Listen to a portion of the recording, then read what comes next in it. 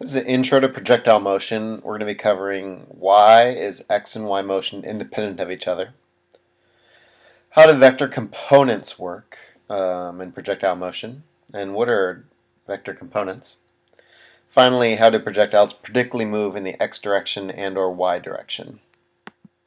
First thing is vector components. We have a diagram up there in your top left. Should be able to understand what this diagram is actually showing. And what it is this is the resultant vector, the actual flight. It's called the resultant. But you can break up this motion into either an x portion or a y portion. How is it moving up and down, and how is it moving side to side? And the definitions are below. Feel free to pause the video and write down those definitions if you don't have them. In general, if you change the way an object is moving either in the up and down portion or the side to side portion, the components, it's going to change its flight. So for example over here, should have these drawn and understand what they show. This one is thrown more upward than it is forward, and so it has high flight but it doesn't go very far.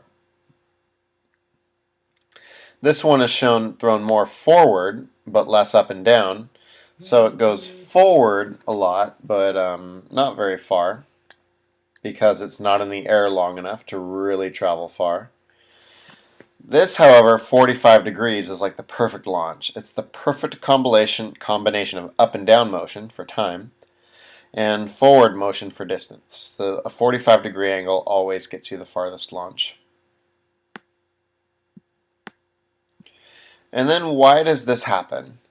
If we're looking at a graph, this is showing the up and down velocity of a ball being thrown. What's going on here?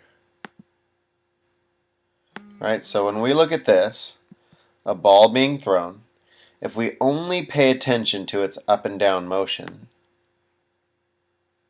then we get this. It's constantly accelerating downward.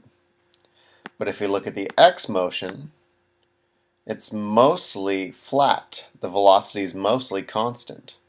All right, this is kind of the error of our fingers, right? Because this isn't a very exact tracking when we're doing the ball. But if you notice, it's pretty flat. So the forward motion is flat. The y motion is accelerating downward at a downward angle constantly. Consistent slope. So what's going on here?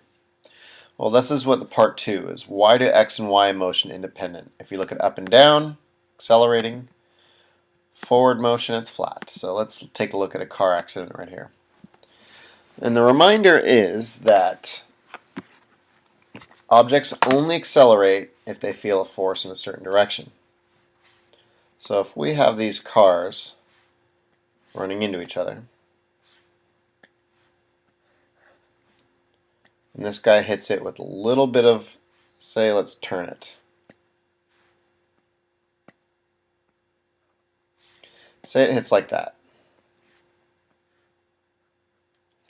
Well, it's definitely going to move the car to the side, but it turns out some of the force it's applying is also forward. So in this case, objects only accelerate if they feel a force in that direction. This is going to move sideways and speed up a little bit, isn't it? Because it's being pushed forward a little bit. And if we do the same thing, but now we change the angle of impact, well, it's going to hit it sideways,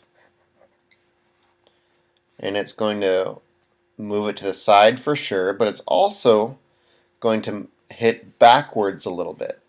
So this will move sideways